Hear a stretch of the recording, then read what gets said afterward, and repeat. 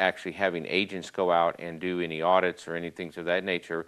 They're just saying if you make a mistake, you should have known better. And this is what they did supposedly in the Walgreens issue in the pill mill. There was a 300% increase in their prescription or their oxycodone, and they should have known. This is what they're saying. You should have known better, therefore we're fining you. And this is very, very unfortunate. I think this is a government that is, inexcusably in trouble with debt. I had a patient the other day that told me that Social Security just told me they owed $16,000, and that's why I've considered opting out of Medicare at some point, because they can come in and they can just say, well, we made a mistake in our accounting, so therefore we're going to take all that money back, and then you don't get paid for however long it takes for you to earn that money back. And this is getting a little out of hand. But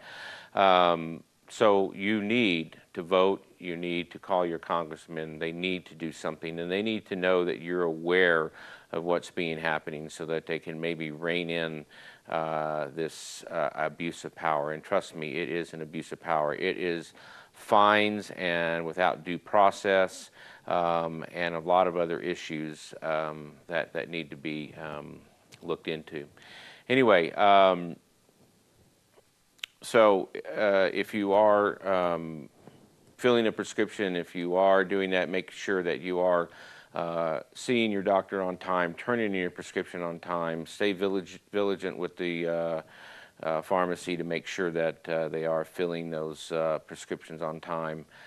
Make sure you turn your prescriptions in on time. We've had a lot of patients lately that we've been giving an extra prescription to, and they forget to turn it in, which is causing an issue for the office. So make sure you are keeping up with that. Anyway, we're going to be going to break in about 2 or 3 minutes, and I don't know if we can bring up this slide if it's coming up. I wanted to reopen this slide I brought up from last week, which was this homeopathic remedy slide, which I talked about boosting your immune system.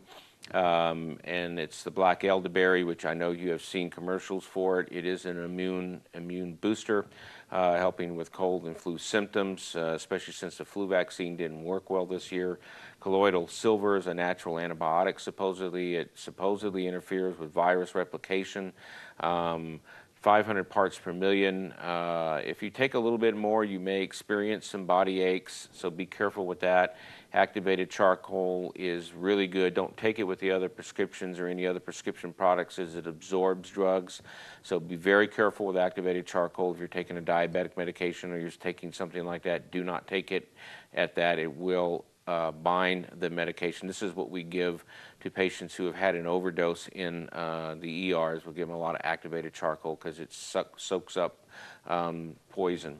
And if you call the Poison Control Center, they'll tell you activated charcoal. I mean, it's like everything every poison is activated charcoal. Propolis is a bee pollen. Ginger helps your stomach. Be careful with that. It may upset your stomach if you take too much. And echinacea has been a long known agent to help fight colds and flus. Zinc and the other products over the counter may have limited remedies. On a future show, I'm going to be talking about supplements and some of the other things that are out there that do have some medicinal values, such as CoQ10 and St. John worts and a few other things, and give you some hard data on that so that you can maybe use those future-wise. And one other product that I've talked about in the town called Protandem, and give you a little feedback on that particular agent. So we're going to be going to break here pretty soon, and when we come back, we're going to bring up hypertension. Thank you for tuning in tonight.